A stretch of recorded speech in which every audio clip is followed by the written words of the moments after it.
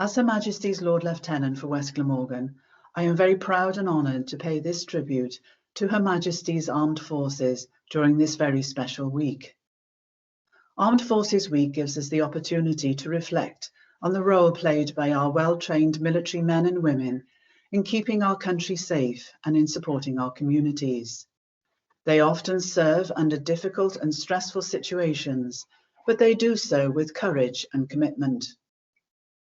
Behind every serviceman or woman are families who give them unconditional love and support and cope with worry and uncertainty while their loved ones are away doing their duty.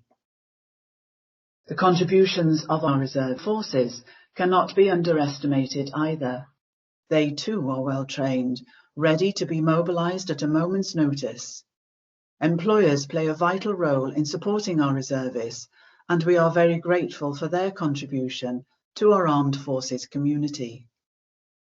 This week, we are reminded of the huge contributions made by our proud veterans who have served our country so well, and some of them continue to be challenged by the experiences they faced when serving in the armed forces. They deserve our full support and understanding.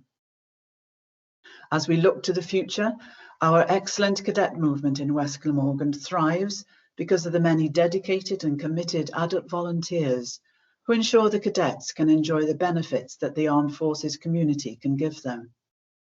So this week, we honour our military men and women, past and present, and express our deep gratitude for what they do and have done for our country and our communities.